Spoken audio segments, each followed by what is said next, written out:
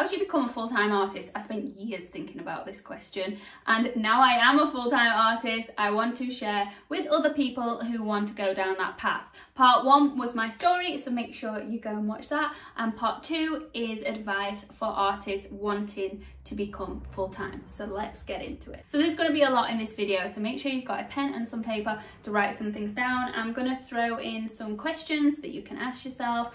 The first thing I want to talk about is where you are in your journey and what type of artist you are. I think it's really important to consider, 1, your skill level, how unique your work is, where you want to go with your work. So do you want to sell in galleries? Are you more of a commission-based artist? Are you like a pet portrait artist?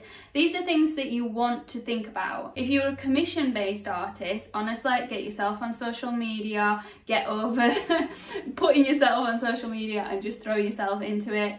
If you are an artist that really wants to stand out and wants to sell their work in a gallery and wants to be known for their work, that's the area that I would put myself in. Is that I think it's really important at this point to consider your skill level. At the end of the day, you need to ask yourself questions of, why would someone buy your art? Right, there's so many people that are really talented and can create as good artwork as that I can, but I spent years working on a style that really connects with people. People actually just come to me because of my use of colour, my style. I drip stuff down, I use a lot of different textures and techniques. That's a lot of the things that some people come to me for. So now we've talked about what type of artist you want to be, then you need to think about what kind of work you create. So if you're a commission-based artist, say hypothetically you're a pet portrait artist,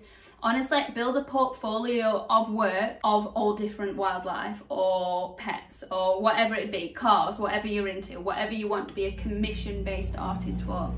If you want to be known for your actual style and as an artist, like I'm known as Katie Harmston, then you need to think about what kind of art you want to create. Don't create art that you see that's going viral. Don't create art that looks cool and you think people are buying a lot of it and they're resonating with it.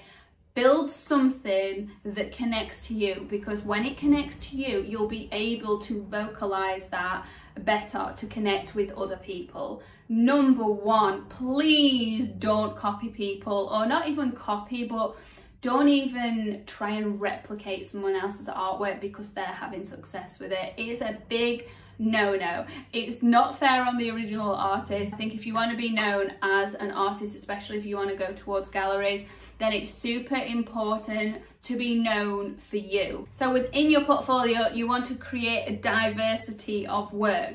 And if you've got your style, great, awesome, but keep within a certain area. So you'll see in the back of my studio, I am more of a wildlife painter, but I've been working on different things. So I love Star Wars. I've been wanting to work on this collection for quite some time. I've been thinking about it for about 5 years, to be fair. It's been in my mind for that long. So think about what you could really do that would represent you. Build a body of work on that. Number 1, as I said, if you're commission-based artist, pick a range of things that you want to paint or you want to draw or whatever it be. You can create a portfolio and pretend they are commissions if you are a commission-based artist. Like, no one's gonna know. Like, throw that on social media and say, I'm painting a picture of this horse that I got commissioned by off of Instagram or whatever it be. No one's going to kick up a fuss, like fake it until you make it sort of vibe. Then you need to create an online presence. Honestly, I understand some people don't like being online. However, if I hadn't gone online with my work, I wouldn't be sat here with you right now. There's no career for me as an artist without social media, and I am quite prominent on social media. Obviously, I got myself back on YouTube. I'm also on TikTok, on Instagram, and I do want to spread my wings into Pinterest at some point when I manage to find more time. But honestly, it's so important and it's so easy to do. Just record yourself doing different things, even like vlog wise, whatever works with you. I like a really simple way to film my content. I actually go on TikTok a lot on live stream and it records all my content for me. Obviously I still record my own content. I'll just set my camera up. I have a few different cameras that get different angles, but you don't have to have that. Literally just use your phone, take a clip of you washing your brushes, of you pulling off your paper or whatever it be, putting canvas on the easel. If you're brand new to content, then honestly just keep posting, keep doing it. If you don't want your face to be in it, your face doesn't need to be in it. However, I do think as someone who goes on live stream quite a lot on TikTok, that the reason people buy from me is because they connect to me in a live moment, right? They have trust. Trust is built up through like conversation when I'm just talking to people. I've gained quite a few commissions just being on live stream. So your online presence is really important, how trustworthy you come across, how genuine you are, the connection that you have as well with your own work. Next thing is to network. Now, I'm not so good at this. That is something that I really do want to improve on, and that's why I thought it would be really good for people starting out, because they can go to like different art shows, different art classes, different exhibitions, going to like local art galleries or even like little boutique galleries and just talk to people. It's really important to network. You don't have to network on a big scale, like go to a big event.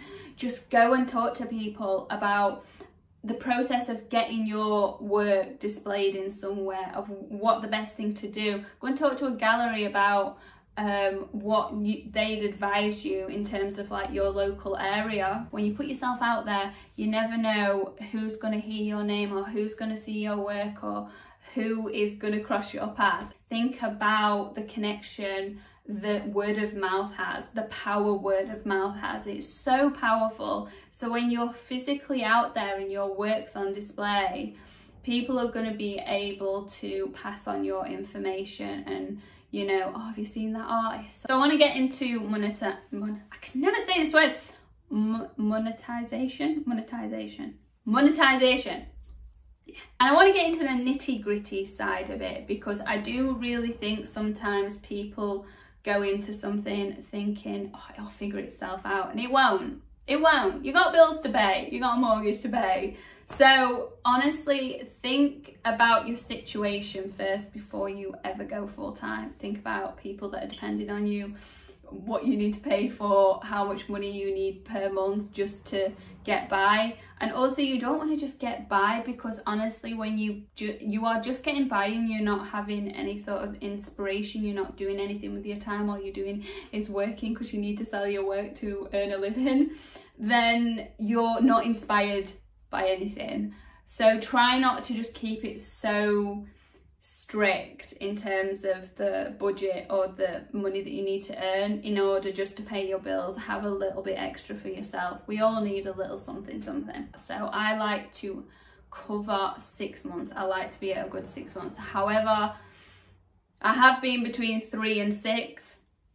3 is my max, because otherwise I'm panicking a little bit, right? You don't want to panic, because when you panic, it just honestly, it just all goes downhill. So the importance of keeping an eye on your sort of income and expenditure is really, really important. Set a budget and a plan that you need to get by on and to be comfortable, reasonably comfortable on. And when I mean comfortable, I don't mean go on holiday comfortable. I mean just get by for the sort of few years that you need to put into your business. You can look for grants and funding and all different stuff, which I actually only just became aware of, but it's not something that I've really looked at doing at this moment in time, because obviously I'm doing okay by myself. So if you're not that far ahead in your journey, but it is worth thinking about later on down the line. So now we're at a point where you've decided what kind of artist you want to be,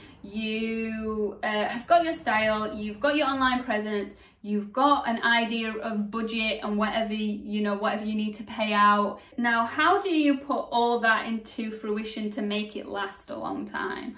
Honestly, it's about staying present. You need to be present on social media, you need to be present in your messages, you need to be friendly and approachable. You need to be approachable.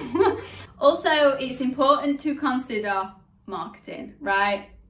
I know we don't like that word as artists.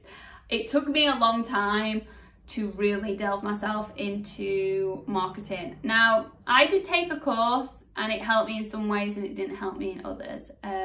It was reasonably expensive and I wouldn't advise anyone to take a course to get an art coach. I don't think after doing this course, because I've actually learned a lot of things moving forward in terms of marketing, and obviously it doesn't make it specific to artists. However, marketing is marketing. Just learn a little bit of it, just to be aware of it.